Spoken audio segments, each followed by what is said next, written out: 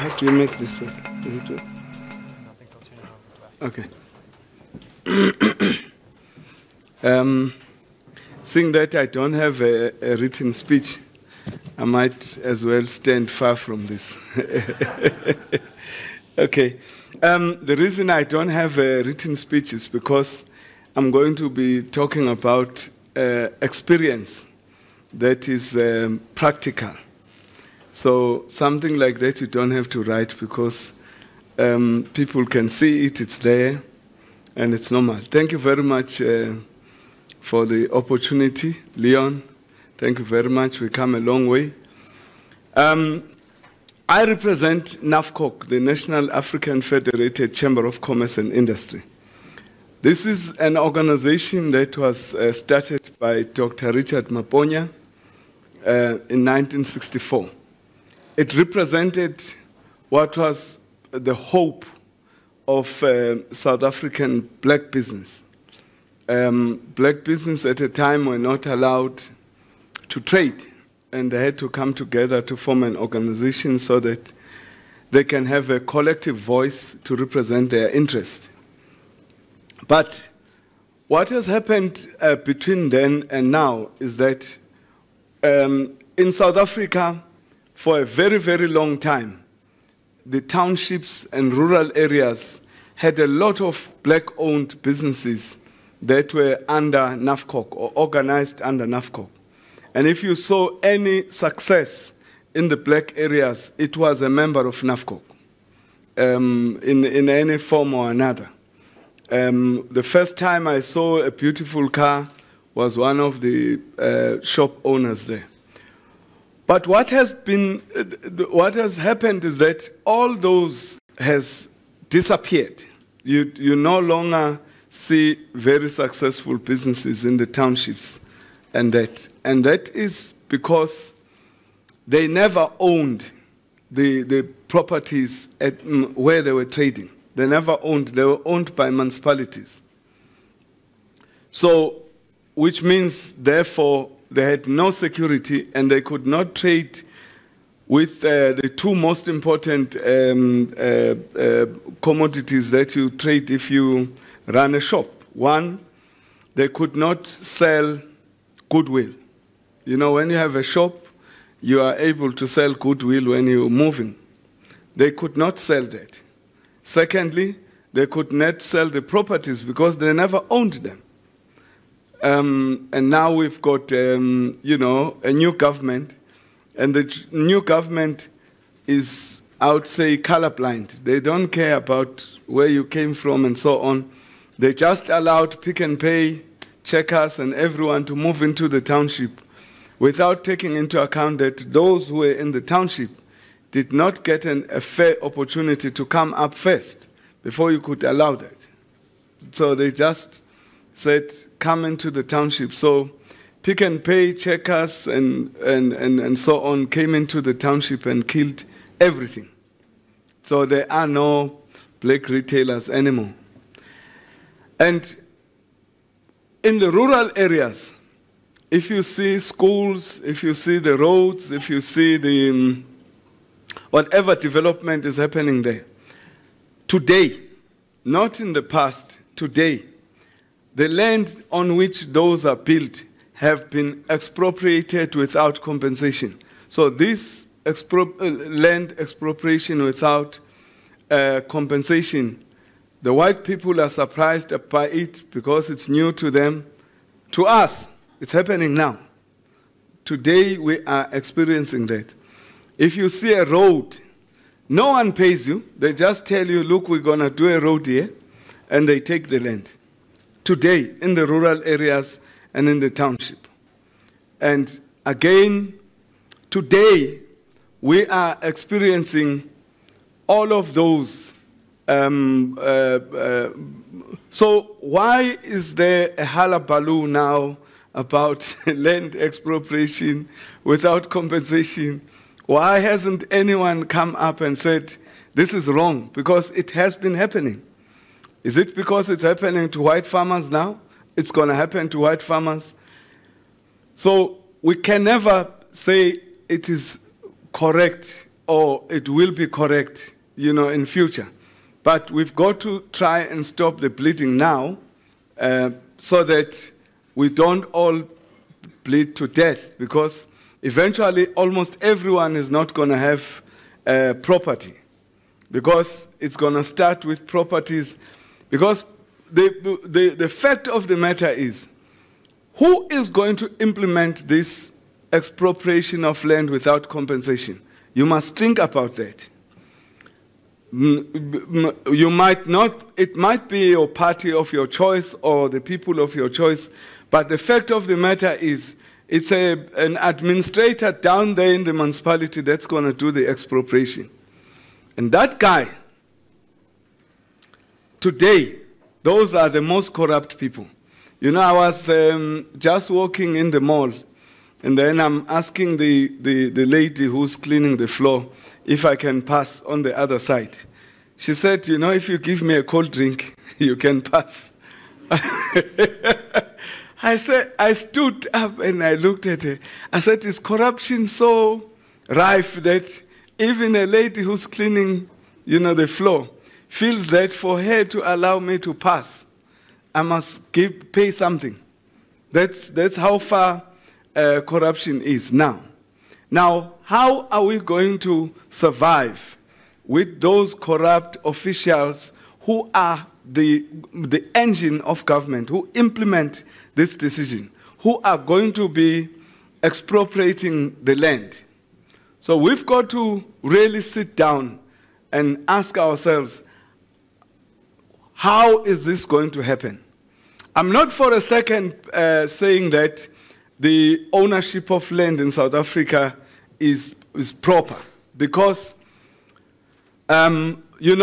where it hurts the most is the fact that my child goes to, in 1983, there was a politician in KZN called Ray Swart.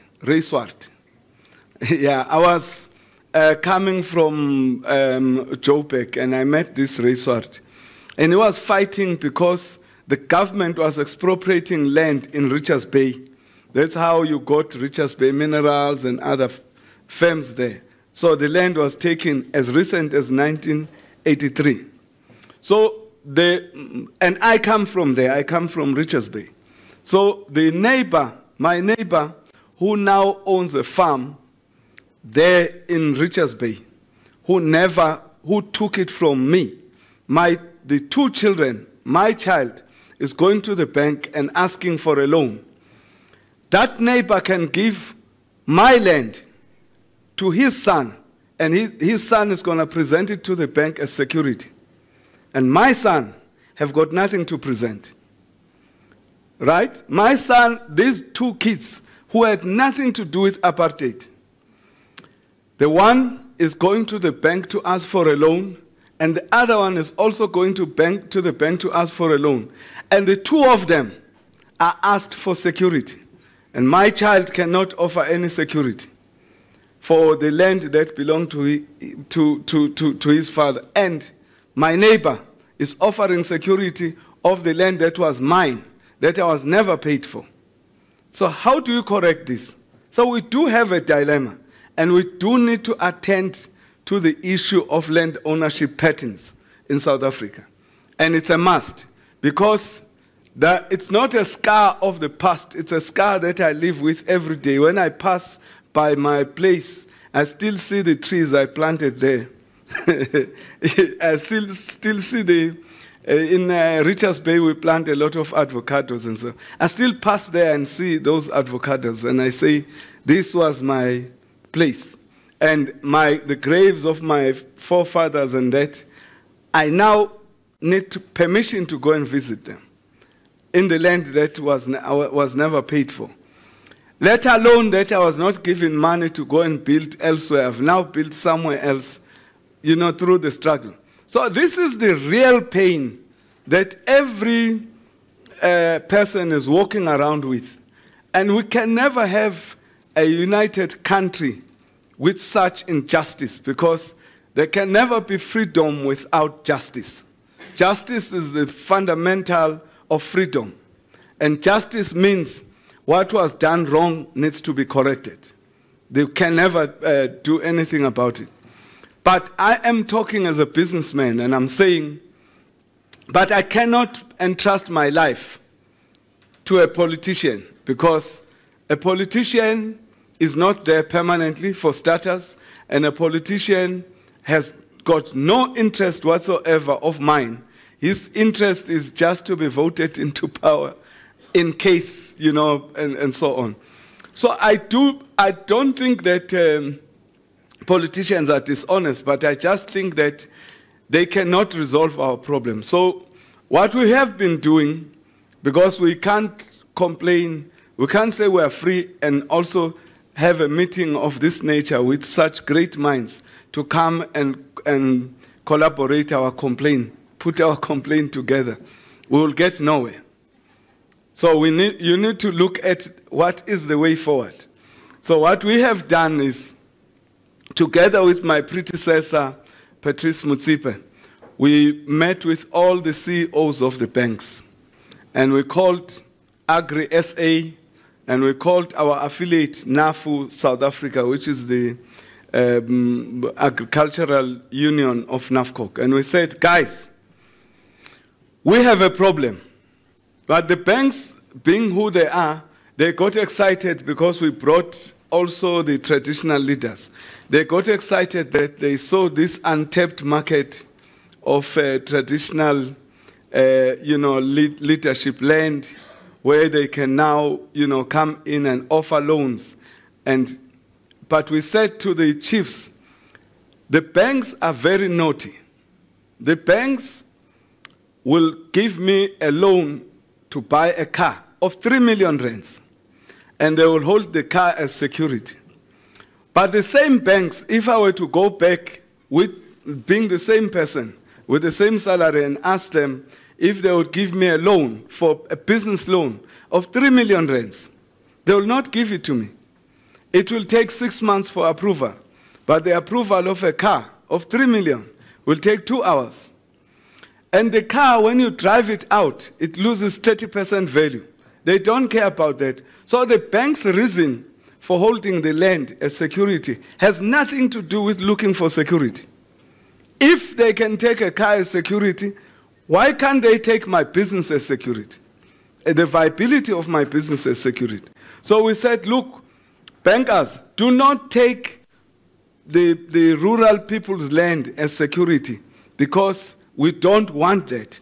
You must take whatever business is presented to you as security, fund it or not, because at the end of the day, there is a perception amongst all South Africans that rural people are poor, right? But let me tell you this, I live there. Rural people are not as poor as people in the urban areas. In the rural areas, you'll never find a beggar. There are no beggars in the street, right? Because there is an economy that operates in the rural area which operates differently from the economy in town. In the rural area, our own economy used to work like this. If you are poor, we would give you a cow, and if the offsprings you can take, but you must also give back the cow. You know, that was our economy, and it worked for us. This business of buying and selling came, it's a foreign idea. It's not our way of doing business. So you can't change our lifestyle there. We love it the way it is. So what is important is that we need to provide a solution, but not disadvantage the people even and put them in a worse position. So the banks, we have said to them, banks, you can come in, but you're not going to take the land as security. Not at all. You must take the business as security or go away. The rural people have never said they need you anyway. You saw an opportunity, you are going there, so you must take risk. For every opportunity, there is risk.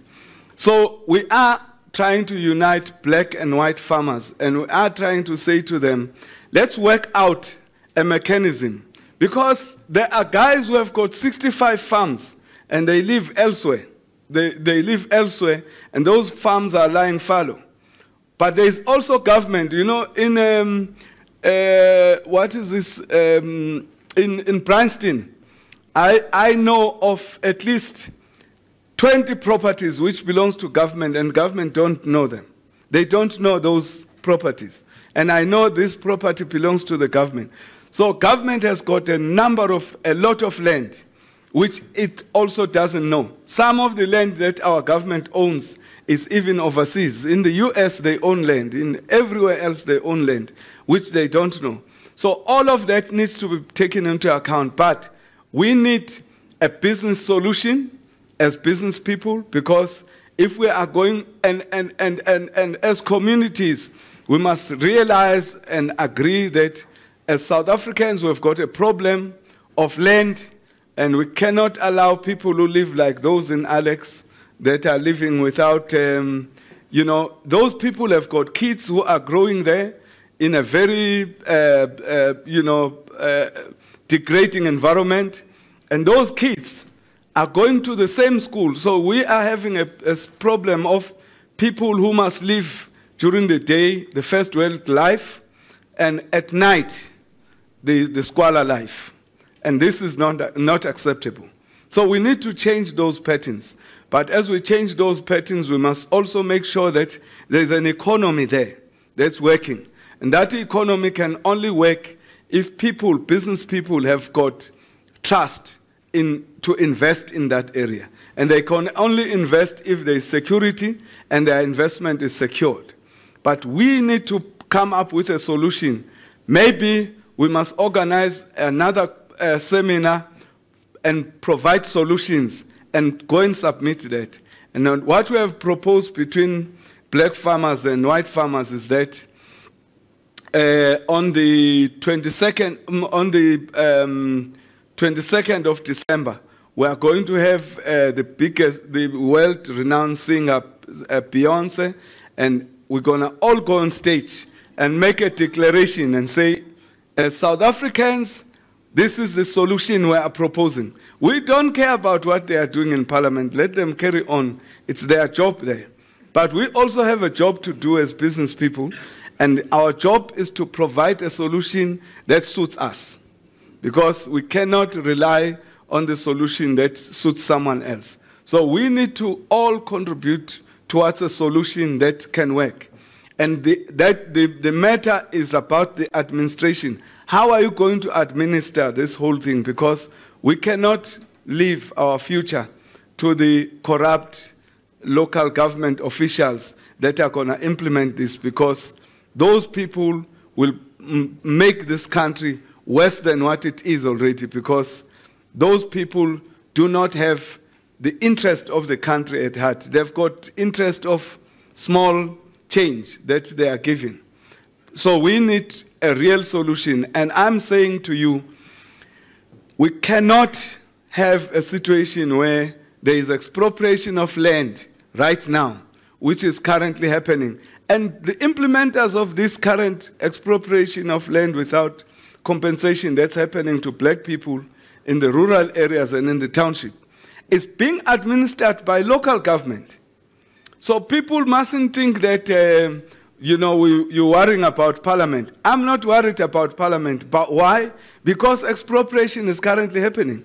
So why must I worry about the future instead of stopping the bleeding now? We need to stop the bleeding now. And I really think that never again must we trust our lives to the politicians. We must come up with a solution ourselves. I thank you.